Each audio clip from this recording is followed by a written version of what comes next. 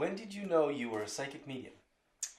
I knew I was a psychic medium around the age of 7, if I had to guess. It was when I was a little girl. A man used to come into my room every night. And at the time, I thought it was just everyone in the house could see him. And it wasn't until one night I realized no one in the house was noticing this man. And I finally said to my father, "Who is that guy?" And he went, "What guy? I don't see what you're talking about." And I said, "The man right there, right in my doorway." And there was apparently no man there. So I knew at that point that something was different, and just kind of really started to get freaked out by it, to be totally honest. I was scared of him. I used to tell him to go away. And eventually he did. I begged him to leave, and he finally left around the age of like 13, 14. And he was gone for a stretch of time, and it wasn't until I was in college that he came back. What's the difference between the two? Can you be both? So the difference between psychic and medium is really just a shift of energy. So everyone is born with both. I always say to people, there's the misconception that you can't be a medium. You're born with the gift and all of that. Everyone is born psychic. We know that. We all have an intuition. We all have a sixth sense of some sort, empathy, things like that. You just know when you walk in a room or you meet someone if you like them or you don't. In regards to, so that's a psychic piece. That's the energy around a person. That's the energy of a room, a home, the energy of your environment. The mediumship piece is deceased loved ones, those that have crossed over. And everyone can also be a medium, and that there's mixed views on that. But I always say to my clients, your loved ones would rather speak to you than they would me. So open yourself up to this, because you do have the ability to communicate. And so mediumship is the communication with your loved ones in spirit. And that's the different pieces between the two. What made you decide to make a career out of this?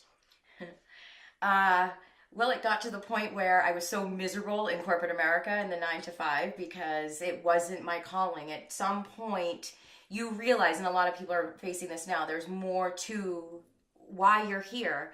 And if you're not doing what you're passionate about or what you love, you find yourself just kind of losing your mind at work. And that's what happened to me. And I just started studying more. I started, learning more about the process of being a psychic medium, and decided to dedicate my life to serving spirit and to serving those that are also awakening and opening up, because I didn't have a lot of options at the time.